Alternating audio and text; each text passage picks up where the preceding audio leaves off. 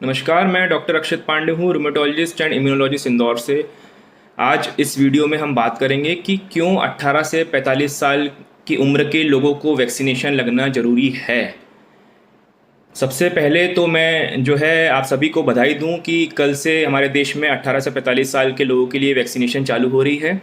यह एक बहुत ज़रूरी चीज़ है जो कि काफ़ी पहले हो जानी चाहिए थी, बट अब हो रही है। बट अभी भी कई शहरों में कल से चालू हो रही है, कई शहरों में कल से चालू नहीं हो रही है, लेकिन जल्द ही चालू हो जाएगी। तो हम सभी को जान लेना बहुत ज़रूरी है कि किन किन लोगों को यह वैक्सीनेशन लगना चाहिए, क्यों लगना चाहिए, कौन सी टाइप की वैक्सीन लगना चाहिए, इसका वैक्सीन का लंबे समय पे क्या इफ़ेक्ट आएगा। तो मेरे इस वीडियो को ध्यान से देखें और ज़्यादा से ज़्यादा फॉरवर्ड करिएगा इसे लोगों में। तो किसको लगनी चाहिए वैक्सीन? खुद को लगनी चाहिए, अपने दोस्तों को, अपने परिवार वालों को, यंग लोगों को, अपने घर में जो कर्मचारी आपके ऑफिस में काम कर रहे हैं, यंग पॉपुलेशन, आपके जहाँ आपके घर में जो सर्वेंट्स हैं उनको लगनी चाहिए। जो लोगों का वैक्सीन के प्रति नकारात्मक नेगेटिव कॉन्सेप्ट बना हुआ है, उन लोगों को आप फोर्स करके वैक्सीनेशन लगवाइए, उनको समझाइए कि वैक्सीनेशन क्यों ज़्यादा ज़रूरी है। जिन लोगों को 45 साल से ज़्यादा अभी तक वैक्सीन नहीं लगी है, उनको आप ज़बरदस्ती बोलिए क्यों वैक्सीनेशन लगना ज़रूरी है। तो इन सभी लोगों को वैक्सीनेशन लगना बहुत ज़्यादा ज़रूरी है। जितने भी लोगों को जिस प्रकार की भी बीमारी है, अभी मेरे पास बहुत से क्वेश्चंस आते हैं, हज़ारों सवाल आते हैं कि सर मुझे ये बीमारी है, क्या मुझे वैक्सीन लगनी चाहिए, क्या मुझे डायबिटीज़ है, क्या मुझे एलर्जी है। तो मैं बता दूं आप सभी को कि आपको जो भी बीमारी है, अगर आपको वैक्सीनेशन से दिक्कत आती है तो बचपन से लेकर अभी तक आपको इतनी टाइप की वैक्सीन्स लगी हैं, किसी ना किसी से एलर्जी थोड़ा बहुत हो ही जाता है। और हर वैक्सीन से माइल्ड एलर्जिक सिम्टम्स आते ही हैं, माइल्ड सिम्टम्स आते ही हैं जिसका जो हम 1 से 2 दिन तक रहते हैं और फिर चले जाते हैं। अगर आपको किसी चीज़ से एलर्जी है और आप सोच रहे हैं कि मुझे वैक्सीन लेना चाहिए कि नहीं, तो एलर्जिक आप उस वैक्सीनेशन का जो कंपोनेंट है अपने एलर्जी के डॉक्टर से पूछ के कि भाई मुझे इस चीज़ से एलर्जी है कि नहीं है, आप टेस्ट करवा के और फिर अपना वैक्सीनेशन ले सकते हैं। आपको किसी प्रकार की कोई बीमारी है अगर, तो मुझे नहीं लगता कि आपको कोई दिक्कत आनी चाहिए वैक्सीनेशन से इतना ज़्यादा अननेसेसरी हुआ और डर बना के रखा है कि उसके प्रति बहुत ज़्यादा नेगेटिव बातें हो रही हैं कि वैक्सीनेशन ये मत करो, तुम्हें ये वैक्सीन मत लगाओ, तुम्हें ये दिक्कत है, तो फलाना दिक्कत है। तो ये एक बहुत गलत कॉन्सेप्ट बना हुआ है। वैक्सीनेशन 100% इफेक्टिव है और ये तो तय बात है कि वैक्सीनेशन से डेथ बिल्कुल भी नहीं होगी आपकी कोविड से। माइल्ड सिम्टम्स आएंगे ज़्यादा से ज़्यादा, जैसे कि सर्दी खांसी बुखार में हमें आते हैं इतने सालों से, तो उसमें क्या दिक्कत है भाई, हो जाए हमें सर्दी खांसी, थोड़ा बहुत बुखार टाइप से होके निकल जाएगा कोविड सभी को। तो ये एक बहुत ज़रूरी बात है हमारे लिए जान लेना कि भले ही आपको कोई सी भी बीमारी हो, वैक्सीनेशन लगना बहुत ज़्यादा ज़रूरी है, क्योंकि आप ऑलरेडी रिस्क पे हैं, आपकी इम्यूनिटी ऑलरेडी सप्रेस्ड है उस बीमारी से, जो कि लंबे समय से बीमारी हो। अगर आपको किसी प्रकार की ऑटो इम्यून डिजीज़ है, आर्थराइटिस है, आपको डायबिटीज़ है, या कोई भी ऐसी बीमारी हो जो लंबे समय से हो, आप बिल्कुल वैक्सीन लगवा सकते हैं। और आपके जो भी फिजिशियंस हैं उनसे टच में रह के आप बिल्कुल उनसे भी राय लेके वैक्सीन लगवा सकते हैं, क्योंकि यह वैक्सीनेशन ड्राइव यंग लोगों में चालू हो रहा है। तो एक बहुत बड़ा क्वेश्चन है कि प्रेगनेंसी में और लैक्टेटिंग फीमेल्स में यह वैक्सीनेशन लगनी चाहिए कि नहीं। देखिए, अभी तक ऐसा है कि यूएस फॉरेन कंट्रीज़ में फाइज़र और मॉडर्ना की वैक्सीन जो आई हैं वह रिकमेंडेड हैं प्रेगनेंसी में और लैक्टेटिंग फीमेल्स में। हमारी यहाँ की जो वैक्सीन है उस पर अभी ट्रायल्स नहीं है और गाइडलाइंस नहीं आई हैं कि वो लगना चाहिए प्रेगनेंसी या लैक्टेटिंग फीमेल्स में। बट यह एक आपकी खुद की पर्सनल चॉइस है, अगर आप चाहें तो बिल्कुल लगवा सकते हैं। ऐसे कोई भी नेगेटिव कॉन्सिक्वेंसेज अभी तक वैक्सीनेशन के प्रेगनेंसी में भी नहीं देखे गए हैं, ना कि लैक्टेटिंग फीमेल्स में।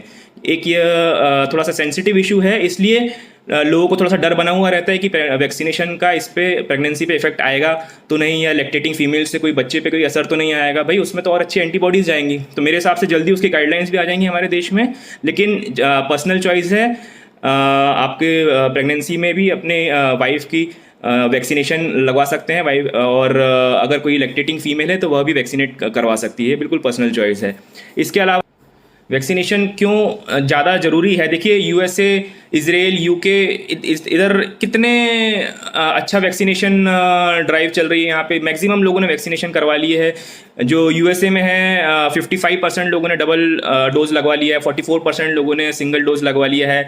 इजराइल पूरा देश वैक्सीनेटेड हो रहा है, दुबई, यूके वगैरह में, यूएई वगैरह सब वैक्सीनेटेड हो रहे हैं पूरे देश। तो हम भी चाहते हैं कि जब तक 70% लोग हमारे देश में वैक्सीन नहीं लगवा लेंगे, तब तक यहाँ पे इम्यूनिटी नहीं आएगी, तब तक हम कोरोना से नहीं जीत पाएंगे। तो बहुत ज़रूरी है कि एटलीस्ट 60 to 70% पॉपुलेशन को वैक्सीनेशन होना।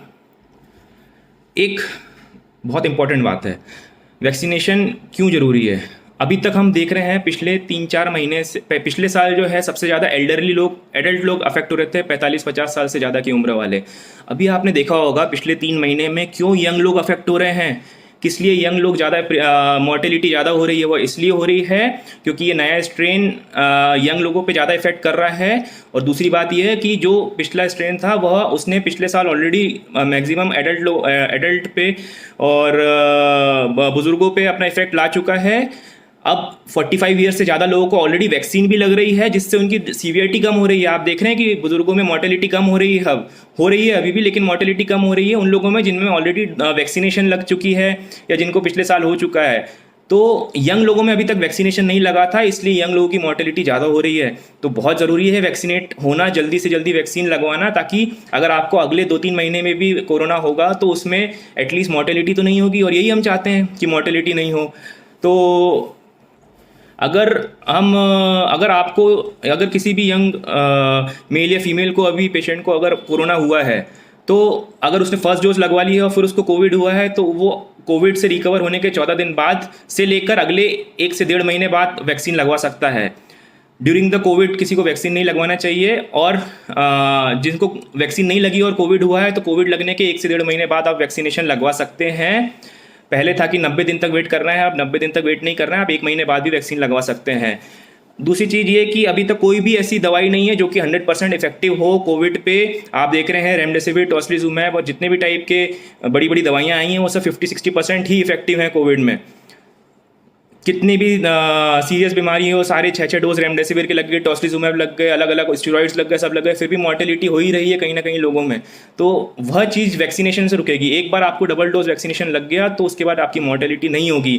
दोनों डोज वैक्सीनेशन लगवाना बहुत ज़रूरी है। एक डोज के बाद बिल्कुल भी निश्चिंत ना हो कि आपको वैक्सीन लग गई या मैं बिल्कुल बढ़िया हो गया। आपको जब तक दोनों डोज नहीं लग जाएंगी आप रिस्क पे रहेंगे। अभी अपने आप को बिल्कुल घर में रखें और जितना प्रोटेक्ट करके रखें खुद को कोविड से उतना करें। लॉन्ग टर्म कॉन्सिक्वेंसेस क्या होंगे वैक्सीन के? लॉन्ग टर्म कॉन्सिक्वेंसेस ये होंगे कि हम सभी के सभी वैक्सीन लगाने के बाद कोविड से बच जाएंगे। हमारे आने वाली जो पुश्तें हैं उनमें कोरोना ट्रांसमिट नहीं होगा। तो अगर आप चाहते हैं कि पूरी तरह से बीमारी को रोकना, तो उसके लिए वैक्सीनेशन बहुत ज़्यादा ज़रूरी है। कौन सा टाइप की वैक्सीन? देखिए, कोविशील्ड आ रही है, कोविन है, स्पुतनिक वाली वैक्सीन आ रही है। तो यह सारी वैक्सीन 100% इफेक्टिव हैं। जो भी आपके सामने अवेलेबल हो, जो जिस समय मिल जाए आप लगवा लीजिए। सब मॉलिक्यूलर लेवल पे अलग अलग हैं, वेरी करती हैं, लेकिन इफेक्टिवनेस देखें तो तीनों सारी वैक्सीन्स का एक सा इफेक्ट है। सब 100% इफेक्टिव हैं और सेफ हैं कोविड से।